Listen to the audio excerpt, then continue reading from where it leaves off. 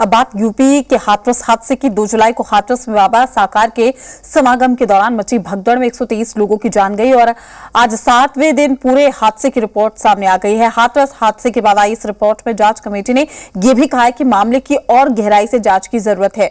आरोप ये भी लगाए गए हैं कि प्रशासन और अधिकारियों ने इस आयोजन को गंभीरता से नहीं लिया, जिसकी वजह से 123 लोगों की मौत हो गई।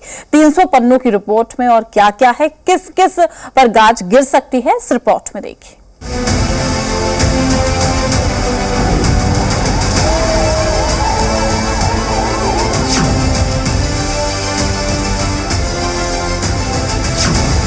हाथरस हादसे का आज 7वां दिन और ठीक 7वें दिन एसआईटी ने अपनी रिपोर्ट यूपी शासन को सौंप दी।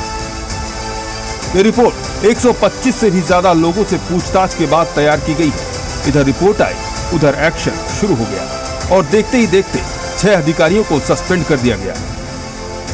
सिकंदराव के सीओ सस्पेंड हो गए, सिकंदराव के एसडीएम निलंबित हो गए, सिकंदराव के तहसीलदार सस्पेंड हो गए, सिकंदराव के पुलिस इंस्पेक्टर भी सस्पेंड हो गए, सिकंदराव के चौकी इंचार्ज भी निलंबित कर दिए गए। कहा जा रहा है कि ये तो बस बानगी है, अभी कई लोगों पर एक्शन होना बाकी है। लेकिन हाथरस हादसे के लिए सबसे ज्यादा दोषी स्थानीय प्रशासन को ही माना गया है।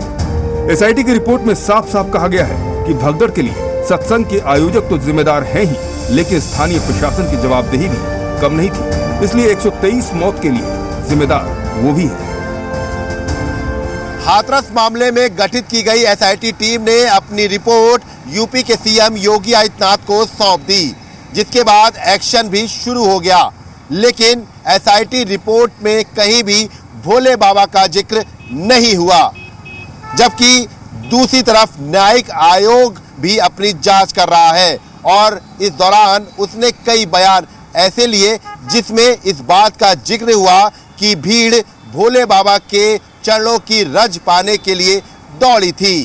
फिलहाल एसआईटी रिपोर्ट शासन को सौंप दी गई है, जिसके बाद एक्शन शुरू हो गया है और 6 अधिकारियों को निलंबित कर दिया गया है। दरअसल न्यायिक कमेटी की पूछताछ में ऐसे कई लोग सामने आए थे जिन्होंने हाथरस में भगदड़ के पहले और भगदड़ के बाद का आंखों देखा हाल बताया था और जी न्यूज ने भी ऐसे गवाहों का बयान सुनवाया था। इनमें से 3 चश्मदीदों ने जी न्यूज के कैमरे पर 123 लोगों के मौत की सबसे बड़ी गवाही दी थी।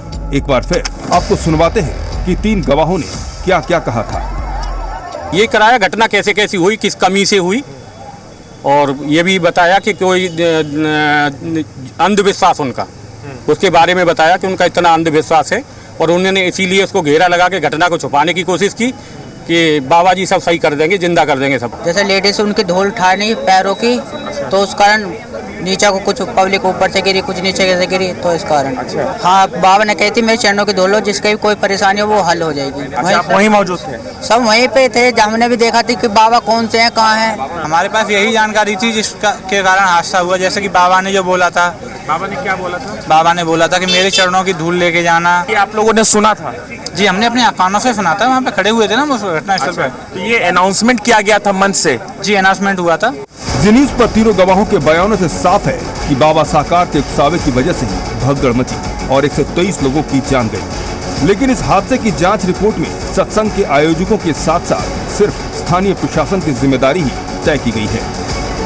बाबा का कहीं भी नाम नहीं आया, यहाँ तक कि रिपोर्ट में इन गवाहों के बयान का जिक्र तक नहीं है। ऐसे में एक बार फिर वही सवाल उठता है कि अगर बाबा साकार भी हादसे का जिम्मेदार है तो एसआईटी की रिपोर्ट में उसका नाम क्यों नहीं है और उस पर अब तक कोई एफआईआर दर्ज क्यों नहीं हुई।